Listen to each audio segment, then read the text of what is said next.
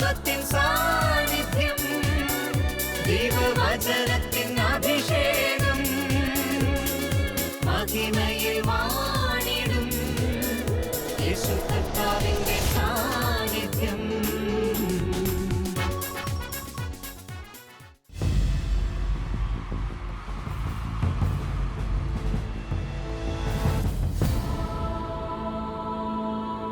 നിൻ വചനം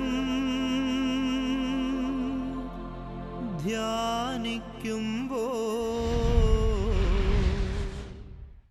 ഹല്ലേലൂയ. മഹത്വത്തിൻ സാന്നിധ്യം.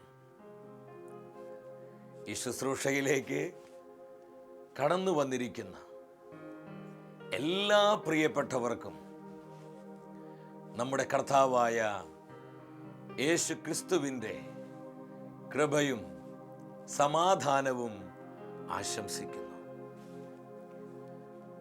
115-ാം സങ്കീർത്തനം 12-ാം തിരുവചനം. കർത്താവിനെ നമ്മെക്കുറിച്ച് വിചാരമുണ്ട്, അവിടുന്ന് നമ്മെ അനുഗ്രഹിക്കും. സങ്കീർത്തകന്റെ പ്രത്യാശയാണിത്. കർത്താവിനെ നമ്മെക്കുറിച്ച് വിചാരമുണ്ട്, അവിടുന്ന് നമ്മെ അനുഗ്രഹിക്കും. ഈ വചനത്തിൽ നമ്മൾ വിശ്വസിച്ചാൽ നമ്മുടെ ഹൃദയത്തിന്റെ സകല ഭാരങ്ങളും മാറിപ്പോകും.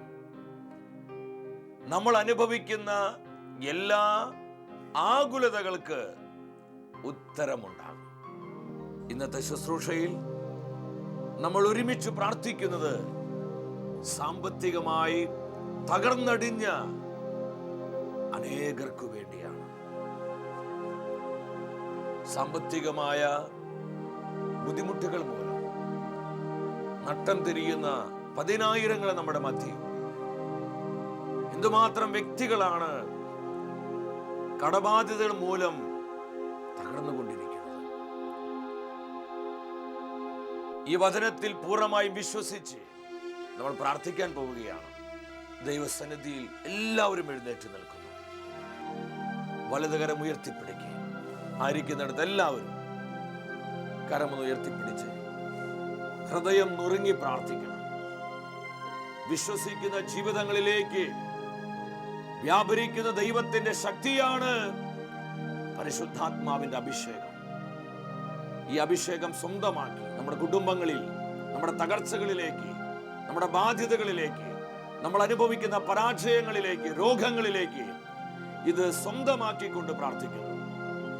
കർത്താവേ പ്രവർത്തിക്കണമേ, കർത്താവേ പ്രവർത്തിക്കണമേ. ഹൃദയം തുറന്ന് വിശ്വാസത്തോടെ വിളിച്ച് കർത്താവേ, കർത്താവേ അത്ഭുതങ്ങളും അടയാളങ്ങളും നൽകണമേ, അത്ഭുതങ്ങളും അടയാളങ്ങളും നൽകണമേ. കർത്താവേ, കർത്താവേ സാമ്പത്തിക സ്വാതന്ത്ര്യം നൽകണമേ, സാമ്പത്തിക സ്വാതന്ത്ര്യം നൽകണമേ. കടബാധ്യതയെ മാറ്റണമേ, കടബാധ്യതയെ മാറ്റണമേ. പരിശുദ്ധാത്മാവേ, പരിശുദ്ധാത്മാവേ ദൈവാനുഗ്രഹത്തിന്റെ കവിഞ്ഞൊഴുക്കിലേക്ക് ഞങ്ങളെ നയിക്കണമേ, ഞങ്ങളെ കുടുംബങ്ങളെ അനുഗ്രഹിക്കണമേ.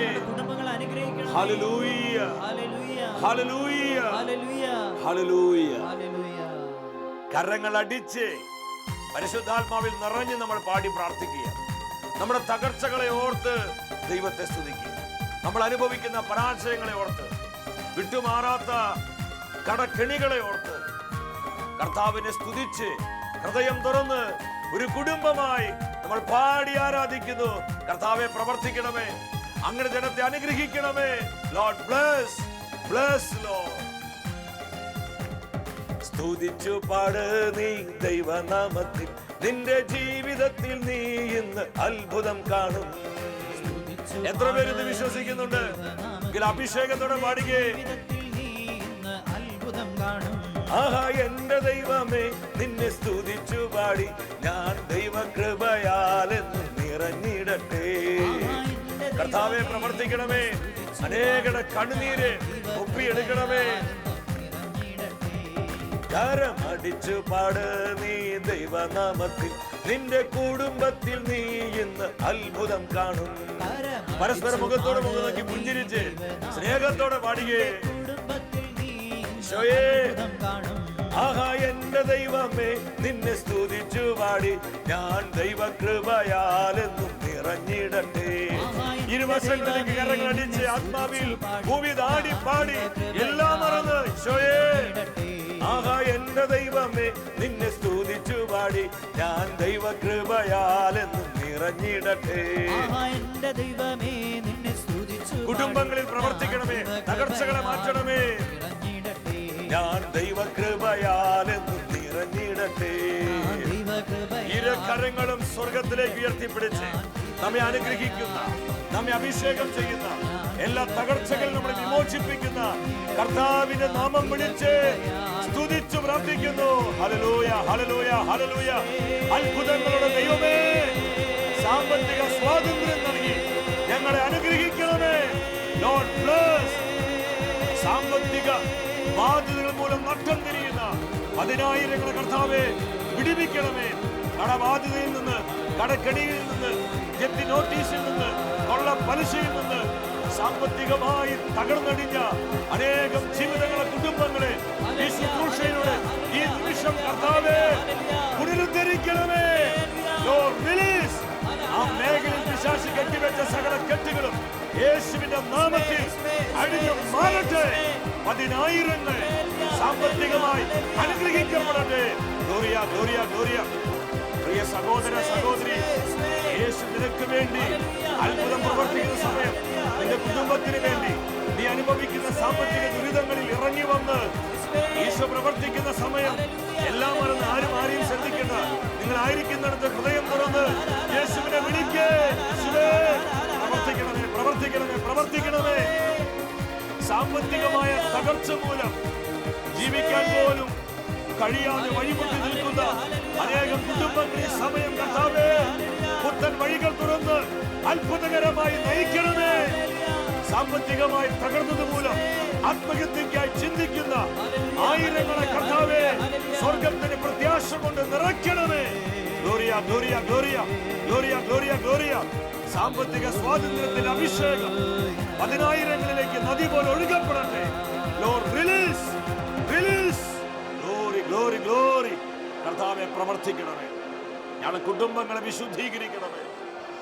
തകർന്ന ജീവിതങ്ങളെ പുനരുദ്ധരിക്കണമേ. വേദനയാലും അസ്വസ്ഥയാലും കലങ്ങി മറിഞ്ഞിരിക്കുന്ന വ്യക്തികളെ കർത്താവേ പരിശുദ്ധാത്മാവിനാൽ ഉണർത്തണമേ. പുത്തൻ പ്രത്യാശ കൊടുക്കണമേ. ഒരു പുത്തൻ വഴി തുറന്ന് അത്ഭുതകരമായി അവനെ നയിക്കണമേ. Bless, bless. പരിശുദ്ധ അമ്മേ, പൊന്നു അമ്മേ, സാമ്പത്തികമായി തകർന്ന് വേദനിക്കുന്ന എല്ലാ പ്രിയപ്പെട്ടവരെയും അമ്മയുടെ വിമല ഹൃദയത്തിലേക്ക് സമർപ്പിക്കുന്നു. അമ്മ പ്രാർത്ഥിക്കണമേ. ആമേൻ. ഹല്ലേലൂയ. പ്രിയ ദൈവമക്കളെ, നമ്മെ ശക്തിപ്പെടുത്തുന്ന കർത്താവിൻ്റെ വചനത്തിൻ്റെ മുൻപിൽ പ്രത്യാശയുള്ളവരാകാം. ഇന്നത്തെ വചന ശുശ്രൂഷയിലൂടെ പരിശുദ്ധാത്മാവ് നമ്മെ പഠിപ്പിക്കുന്നത്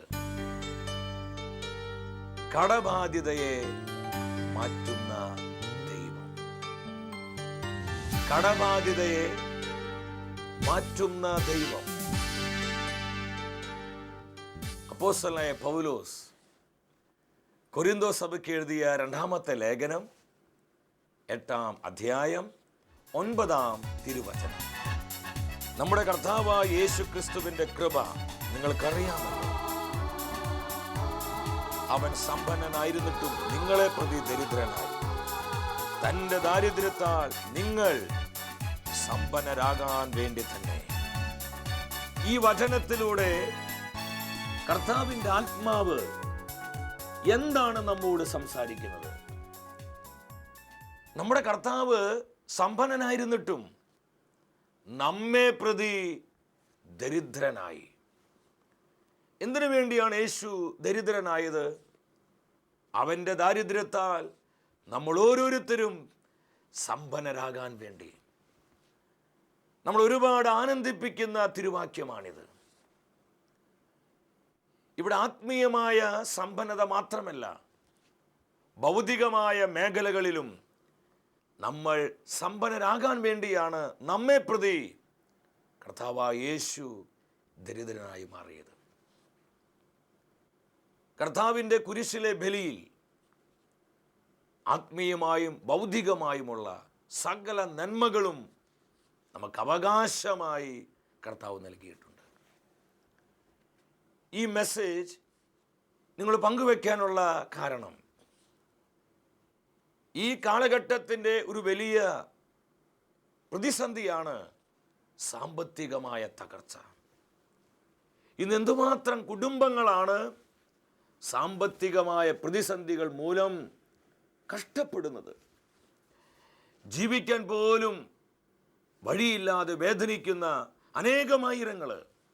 ഞാൻ ആത്മാവിൽ പറയട്ടെ, നമ്മെ സാമ്പത്തികമായി അനുഗ്രഹിക്കുന്ന അഭിഷേകം കർത്താവിൻ്റെ കരങ്ങളിലുണ്ട്. സുഭാഷിത പുസ്തകം 10-ാം അധ്യായം 22-ാമത്തെ വാക്യം.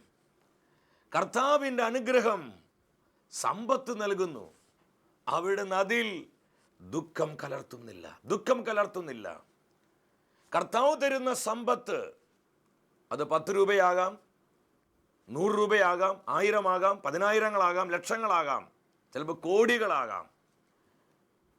അതിലൊരിക്കലും അവിടെ ദുഃഖം കലർത്തുന്നില്ല. അത് പോക്കറ്റടിക്കാർ കൊണ്ടുപോയില്ല, അത് കൊള്ള പലിശക്കാരെ അനുഭവിക്കില്ല, അത് ആശുപത്രിക്കാർക്ക് കൊണ്ടുപോയി കൊടുക്കേണ്ടി വരില്ല. അത് നമ്മുടെ തലമുറകൾക്ക് അനുഗ്രഹമായി, അനേകം തകർന്ന ജീവിതങ്ങൾക്ക് ആശ്വാസമായി മാറത്തക്ക വിധം നമ്മൾ അനുഗ്രഹിച്ചുയർത്തുന്ന കർത്താവിൻ്റെ പ്രവൃത്തിയാണ് ഈ വചനം വിളിച്ചു പറയുന്നത്. അവിടുത്തെ അനുഗ്രഹം സമ്പത്ത് നൽകുന്നു. 37-ാം സങ്കീർത്തനം 25-26 തിരുവാക്യങ്ങൾ. ദാവീദ് തൻ്റെ ജീവിതത്തിൽ അനുഭവിച്ചറിഞ്ഞ യാഥാർത്ഥ്യം നമ്മോട് പങ്കുവയ്ക്കുക. ഞാൻ ചെറുപ്പമായിരുന്നു, ഇപ്പോൾ വൃദ്ധനായി. ഞാൻ ഇന്നോളം കണ്ടിട്ടില്ല നീതിമാൻ പരിത്യജിക്കപ്പെടുന്നത്, അവൻ്റെ മക്കൾ ഭിക്ഷയാചിച്ച് നടക്കുന്നത് ഞാൻ ഇതുവരെ കണ്ടിട്ടില്ല. എനിക്കിപ്പോൾ ഒരുപാട് പ്രായമായി, ഞാൻ വൃദ്ധനാണ്. എന്നാൽ ഇതുവരെ കർത്താവിനെ സ്നേഹിച്ച, കർത്താവിനെ സേവിച്ചവരുടെ മക്കൾ മറ്റുള്ളവരുടെ മുൻപിൽ കൈനീട്ടി നിൽക്കുന്നത് ഞാൻ ഇന്നോളം കണ്ടിട്ടില്ല.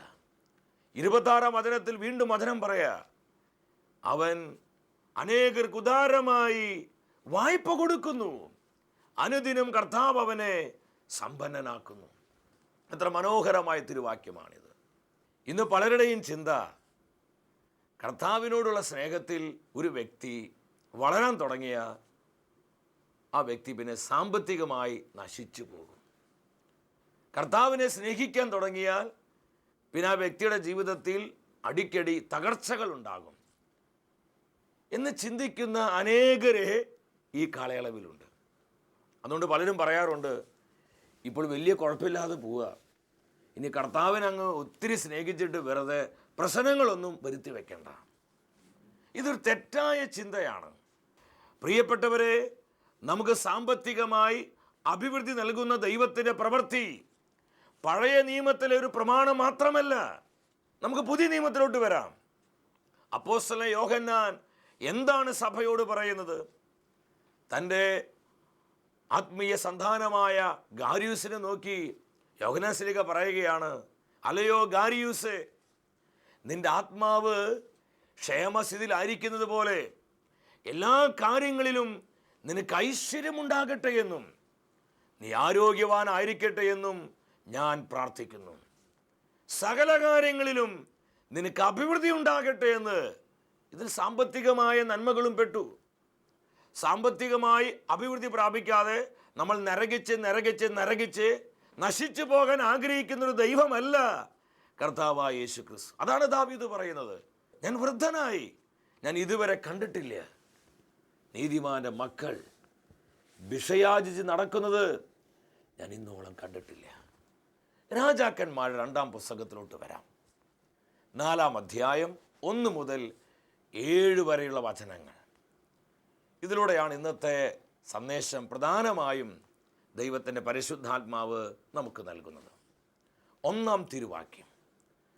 പ്രവാചക ഗണത്തിൽപ്പെട്ട ഒരുവന്റെ ഭാര്യ ഏലീഷയുടെ അരികിൽ വന്നു പറഞ്ഞു, അങ്ങയുടെ ദാസനായ എൻ്റെ ഭർത്താവ് മരിച്ചിരിക്കുന്നു. അവന് കടം കൊടുത്തവൻ എൻ്റെ മക്കളെ അടിമകളായി കൊണ്ടുപോകാൻ വന്നിരിക്കുന്നു. സാമ്പത്തികമായി തകർന്നുപോയ ഒരു കുടുംബത്തിൻ്റെ ചിത്രമാണ് ഈ വചനത്തിലൂടെ കർത്താവിൻ്റെ ആത്മാവ് നമുക്ക് കാണിച്ചു തരുന്നത്. ഇതുപോലെ തകർന്ന അനേകം കുടുംബങ്ങൾ നമ്മുടെ ഇടയിലുണ്ട്. ഈ വചനം നിങ്ങൾ ശ്രദ്ധിക്കുക. സാമ്പത്തികമായി തകർന്ന ഒരു കുടുംബം, ജീവിതമാകെ വഴിമുട്ടി നിൽക്കുക. തൻ്റെ ഭർത്താവിന് കടം കൊടുത്ത ആ മനുഷ്യൻ, ഭർത്താവാണെങ്കിൽ മരിച്ചുപോയി. ഒരു വിധവയാണ് സ്ത്രീ, 2 ചെറിയ കുഞ്ഞുങ്ങൾ. എന്തു ചെയ്യും? ആരോട് പറയും? തൻ്റെ ഈ സങ്കടം ആര് പരിഹരിക്കും? പ്രിയപ്പെട്ടവരെ, ഇവിടെ ഒരു ദൂത് കിടപ്പുണ്ട്. ഇവൾ സാമ്പത്തികമായി തകർന്ന് ഈ വേദന അനുഭവിച്ചപ്പോൾ അത് പരിഹരിക്കാൻ ലോകത്തിൻ്റെ വഴികളിലേക്കല്ല പോയത്.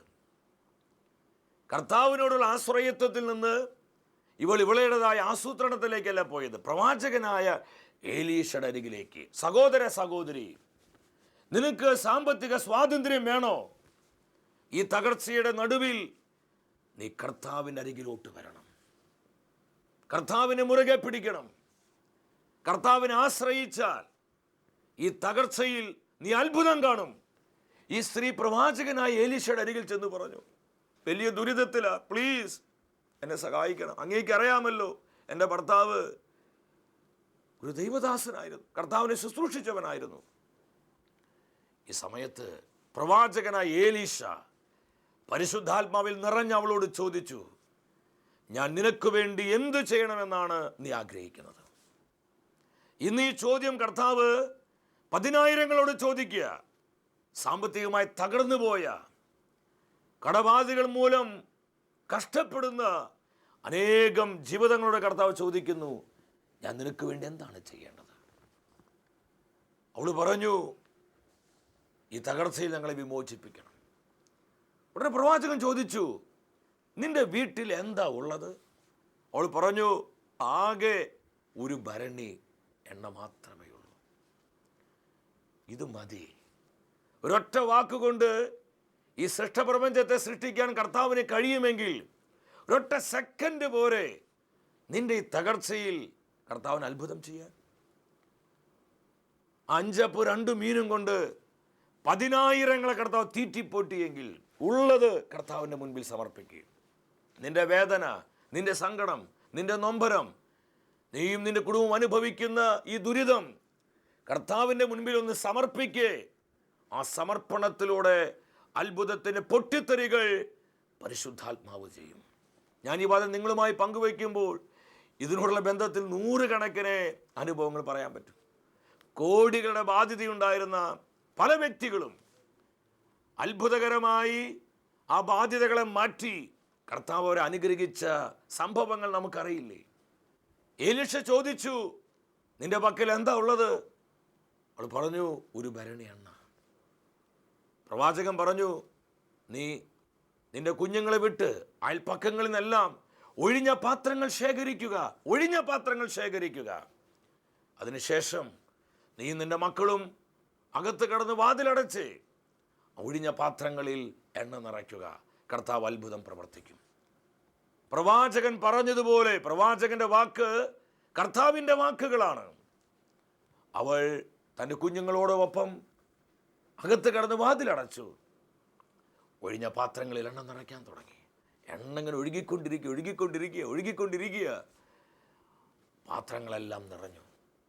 ആ വിധവ ചോദിച്ചു മക്കളോട്, മക്കളെ പാത്രങ്ങൾ ഇനിയും കൊണ്ടുവാ. മക്കൾ പറഞ്ഞു, അമ്മേ എല്ലാ പാത്രങ്ങളും നിറഞ്ഞു കഴിഞ്ഞു, ഇനി പാത്രങ്ങളില്ല. പാത്രങ്ങൾ എല്ലാം നിറഞ്ഞപ്പോൾ 6-ാം വചനം പറയാണ്, എണ്ണയുടെ ഒഴുക്ക് നിലച്ചു. ഈ വിവരം ഓടി വന്ന് ഈ പാവപ്പെട്ട വീട്ടമ്മ പ്രവാചകനായ എലീശയോട് പറയാ. എലീശ പറഞ്ഞു, നീ ഇത് കൊണ്ടുപോയി എണ്ണ വിറ്റ് നിന്റെ കടം വീട്ടുക. ശേഷിക്കുന്ന സമ്പാദ്യം കൊണ്ട് കുടുംബമായി നിന്റെ കുഞ്ഞുങ്ങളുമായി സന്തോഷത്തോടെ ജീവിക്കുക. തകർന്നിരുന്ന ആ കുടുംബത്തെ ഇനി എന്ത് ചെയ്യണമെന്നറിയാതെ നട്ടം തിരിഞ്ഞ ആ കുടുംബത്തിൽ കർത്താവ് ഇറങ്ങി വന്ന് ആ തകർച്ചയിൽ അത്ഭുതം പ്രവർത്തിക്കുകയാണ്. ആ കുടുംബത്തിൻ്റെ കടബാധ്യതയെ മാറ്റി സ്വർഗം അനുഗ്രഹിക്കുകയാണ്. പ്രിയ സഹോദര സഹോദരി, കടബാധ്യതയെ മാറ്റി നമ്മെ അനുഗ്രഹിക്കുന്ന അഭിഷേകം കർത്താവിൻ്റെ കരങ്ങളിലുണ്ട്. ഈ വചനങ്ങളിൽ പൂർണ്ണമായി വിശ്വസിക്കുക. നിരാശപ്പെട്ട് ദുഃഖിച്ച് എൻ്റെ ജീവിതം ഇതുപോലെ ആയല്ലോ, എൻ്റെ കുഞ്ഞുങ്ങളുടെ ഭാവി നശിച്ചു പോയല്ലോ, എൻ്റെ കുടുംബത്തിന് ഈ അവസ്ഥ വന്നല്ലോ എന്ന് ചിന്തിച്ച് നിങ്ങൾ സ്വയം നശിച്ചു പോകാതെ ഈ വചനത്തെ ഉറപ്പിൽ വിശ്വസിക്കുക. കർത്താവിനെ ആശ്രയിക്കുക. താൽക്കാലികമായ ഒരു ഉന്നമനത്തിന് വേണ്ടി ദൈവഹിതത്തിന് വിരുദ്ധമായി ഒന്നും ചെയ്യരുത്. ഇന്ന് ചില വ്യക്തികളുടെ വലിയൊരു പ്രശ്നമാണ് ഈ കടബാധ്യതയിൽ നിന്ന് എങ്ങനെ രക്ഷ കിട്ടണം. അതിനുവേണ്ടി പലപ്പോഴും കർത്താവിനോട് ആലോചന ചോദിക്കാതെ അവരുടെ ബുദ്ധിയിൽ വരുന്ന കാര്യങ്ങൾ അവർ തുറന്ന് ചെയ്ത് വീണ്ടും കൂടുതൽ പ്രശ്നങ്ങൾ ചെന്നപ്പെടുന്ന അനേകരെ കണ്ടുമുട്ടിയിട്ടുണ്ട്. സഹോദര സഹോദരി, ശ്രദ്ധിക്കുക. കോടികളുടെ ബാധ്യത നിനക്കുണ്ടാകാം, ലക്ഷങ്ങളുടെ ബാധ്യതയുണ്ടാകാം. മറ്റു ചിലർക്ക് ചിലപ്പോൾ ഒരു 2 ലക്ഷം 50,000 ആകാം. എന്തുമാവട്ടെ, ഈ പ്രതിസന്ധിയിൽ കുടുംബമായി നിങ്ങൾ കർത്താവിനെ മുറുകെ പിടിക്കുക. ഈ പാവപ്പെട്ട വിധവ ചെയ്തതുപോലെ നിങ്ങൾ കർത്താവിൻ്റെ സന്നിധിയിലേക്ക് വാ. നിങ്ങൾ ഒരുമിച്ച് മുട്ടുമടക്ക്. നിങ്ങൾ ഈ തകർച്ചയിൽ കർത്താവിനെ വിളിക്കുമ്പോൾ പ്രവാചകനായ ഏലീശയുടെ ദൈവം ആ കുടുംബത്തിൽ അത്ഭുതം ചെയ്തതുപോലെ നിങ്ങളെ തകർച്ച മാറ്റുവാൻ ചില വ്യക്തികളെ കർത്താവ് അപ്പോയിന്റ് ചെയ്തിട്ടുണ്ട്. അവരിലൂടെ നിങ്ങൾക്ക് വേണ്ട നന്മകൾ തന്ന് നിങ്ങളെ അനുഗ്രഹിച്ചുയർത്തുവാൻ കർത്താവിന് കഴിയും. സകല ദുഃഖങ്ങളെയും വിട്ടുകളഞ്ഞ് പ്രത്യാശ കൊണ്ട് നമ്മുടെ ഹൃദയത്തെ നിറച്ച് നമുക്ക് പ്രാർത്ഥിക്കാം. ഒരു നിമിഷം നിങ്ങളായിരിക്കുന്നിടത്ത് ഒന്ന് മുട്ടുകുത്ത്. നിങ്ങൾക്ക് വേണ്ടി ഒരു നിമിഷം പ്രാർത്ഥിക്കാൻ പോവാണ്. സാമ്പത്തികമായി തകർന്ന മക്കൾ നിങ്ങളുടെ കുടുംബങ്ങളിലുണ്ടോ, ബന്ധുമിത്രങ്ങളിലുണ്ടോ? ചില നാട്ടിൽ പോലും നിൽക്കാൻ കഴിയാതെ നാട് വിട്ടുപോയവരെ, ഒളിച്ചു താമസിക്കുന്നവരെ, മറ്റു ചിലര് ഇനി എന്ത് ചെയ്യണമെന്ന് അറിയാതെ വേദനിച്ച് നീറി കഴിയുന്നവരെ, അവരെയൊക്കെ ഈ സമയം കർത്താവിന്റെ കരുണയിലേക്ക് സമർപ്പിച്ച് നമ്മൾ 10,000 നമ്മളൊരു കുടുംബമായി പ്രാർത്ഥിക്കാൻ പോവാ. കർത്താവിന്റെ അത്ഭുത അഭിഷേകം തീ പോലെ കത്തുന്ന സമയം, സാമ്പത്തിക സ്വാതന്ത്ര്യത്തിന്റെ അഭിഷേകം 10,000 കർത്താവ് പകരുന്ന സമയമാണ്. വിശ്വാസത്തോടെ ഇരുകരങ്ങളും സ്വർഗത്തിലേക്ക് ഉയർത്തി സ്തുതിച്ചു പ്രാർത്ഥിക്കുന്നു. Hallelujah, hallelujah. കർത്താവേ, അത്ഭുതങ്ങൾ പ്രവർത്തിക്കണമേ. സാമ്പത്തികമായി തകർന്ന് നട്ടം തിരിയുന്ന ആയിരങ്ങളിലേക്ക് സാമ്പത്തിക സ്വാതന്ത്ര്യത്തിന് അഭിഷേകമായി ഇറങ്ങി വരണമേ. Gloria, gloria, Gloria. എല്ലാ കെട്ടുകളും അടിയട്ടെ, എല്ലാ മുഖങ്ങളും ഒടിയട്ടെ. ജപ്തി നോട്ടീസുകളിൽ കർത്താവേ അത്ഭുതം പ്രവർത്തിക്കണമേ. കൊള്ള പലിശകളെ പരിഹരിച്ച് കർത്താവേ നിന്റെ ജനത്തിന് വിമോചനം നൽകണമേ. കടബാധ്യതകൾ മൂലം വേദനിക്കുന്ന 10,000 ശാശ്വതമായ പരിഹാരം കൊടുക്കണമേ. തലമുറകൾ അനുഗ്രഹിക്കണമേ. ദൈവഹിതത്തിൽ ജീവിക്കുവാൻ, ദൈവകൃപയിൽ ആശ്രയിക്കുവാനുള്ള ആത്മനിറവ് കൊടുക്കണമേ. God bless. Thank you Lord. ഈ വാഗ്ദാനത്തിൽ വിശ്വസിച്ച് നിങ്ങൾ പ്രാർത്ഥിക്കുക. ഏതാനും ചില വചനങ്ങൾ നിങ്ങൾ പറയാൻ ഞാൻ ആഗ്രഹിക്കുകയാണ്. എല്ലാ ദിവസവും വിശ്വാസത്തോടെ ഈ വചനം നിങ്ങൾ ക്ലെയിം ചെയ്ത് പ്രാർത്ഥിക്കുക. സാമ്പത്തിക തകർച്ചകളിൽ കർത്താവിൻ്റെ കൃപ പ്രവർത്തിക്കുന്നത് നിങ്ങൾക്ക് ദർശിക്കാൻ കഴിയും. സാധിക്കുന്നവരെ നിങ്ങളത് എഴുതിയെടുക്കുക. ഉൽപ്പത്തിയുടെ പുസ്തകം 24-ാം അധ്യായം 1-ാം തിരുവചനം. ഉൽപ്പത്തിയുടെ പുസ്തകം 26-ാം അധ്യായം 12-13 തിരുവചനങ്ങൾ. സങ്കീർത്തനം 128 2-ാം തിരുവചനം. നിയമാവർത്തന പുസ്തകം 28-ാം അധ്യായം 6-ാം തിരുവചനം. 121-ാം സങ്കീർത്തനം 8-ാം തിരുവാക്യം. സുഭാഷിത പുസ്തകം 10-ാം അധ്യായം 6-ാം വാക്യം.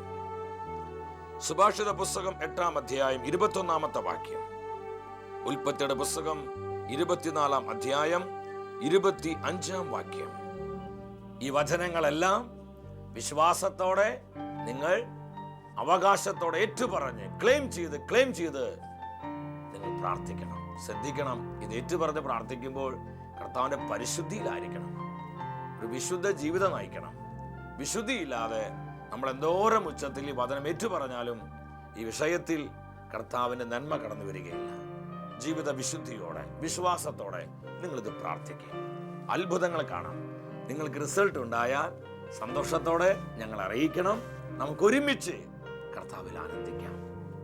വ്യക്തിപരമായ നമ്മുടെ നിയോഗങ്ങളെയും നമ്മുടെ കുടുംബത്തിലെ സകല ആവശ്യങ്ങളെയും നമ്മെ ഓരോരുത്തരെയും കർത്താവ് സമൃദ്ധമായി അനുഗ്രഹിക്കട്ടെ. നിത്യസ്നേഹത്താൽ എന്നെ സ്നേഹിച്ചു, നിത്യസ്നേഹത്താൽ എന്നെ സ്നേഹിച്ചു. എന്റെ യേശു സ്നേഹമായി എന്നിലേക്ക് എഴുന്നള്ളുമ്പോൾ എല്ലാം മറന്നു സ്തുതി പാടുന്നു നിന്നിൽ കർത്താവായ ഈശോയെ തന്നെ ശൂന്യനാക്കി തിരുവോസ്തിരൂപനായി ഞങ്ങളുടെ മധ്യേ കടന്നു വന്ന സ്നേഹത്തെ ഓർത്ത് ഞങ്ങൾ നന്ദി പറയുന്നു. ഇന്നത്തെ വചന ശുശ്രൂഷയിലൂടെ ദൈവത്തിൻ്റെ ആത്മാവ് നമ്മളെ പഠിപ്പിച്ചു. കടബാധ്യതയെ മാറ്റുന്ന ദൈവം. പ്രിയ സഹോദര സഹോദരി, നിന്റെ സാമ്പത്തിക തകർച്ച എന്തുമാത്രം വലുതായിക്കൊള്ളട്ടെ, നീ വിശ്വാസത്തിലൂടെ കർത്താവിൻ്റെ തിരുമുഖത്തേക്ക് നോക്കുക. പരിശുദ്ധ കുർബാനയിൽ നിന്ന് കർത്താവിൻ്റെ വിമോചിപ്പിക്കുന്ന അത്ഭുത ശക്തി പതിനായിരങ്ങളിലേക്ക് ഒഴുകപ്പെടുന്ന സമയം ഇരു കരങ്ങളും സ്വർഗത്തിലേക്ക് ഉയർത്തിപ്പിടിച്ചോ. സകല കെട്ടുകളും അഴിയട്ടെ, സകല ബന്ധനങ്ങൾ തകരട്ടെ, സാത്താന്യ ആധിപത്യങ്ങൾ തകരട്ടെ, സാമ്പത്തിക അഭിവൃദ്ധിക്ക് തടസ്സമായി നിലകൊള്ളുന്ന എല്ലാ ശാപകെട്ടുകളും അഴിഞ്ഞു മാറട്ടെ.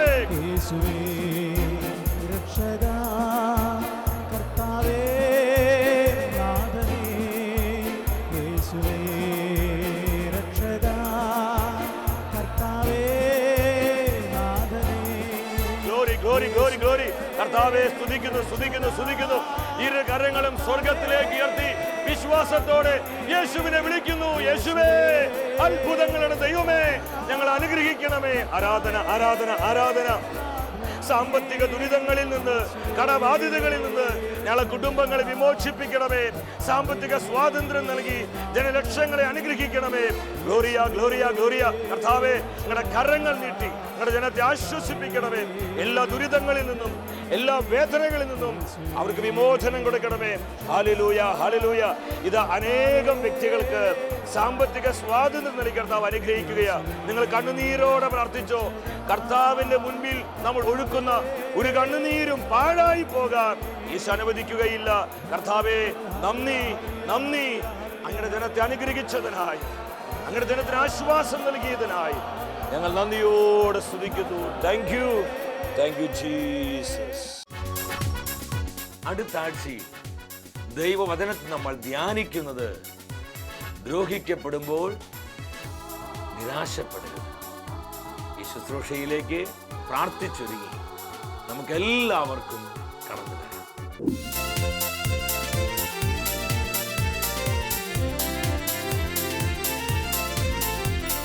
മഹത്വമേ മഹത്വത്തിൻ രാജാവേ,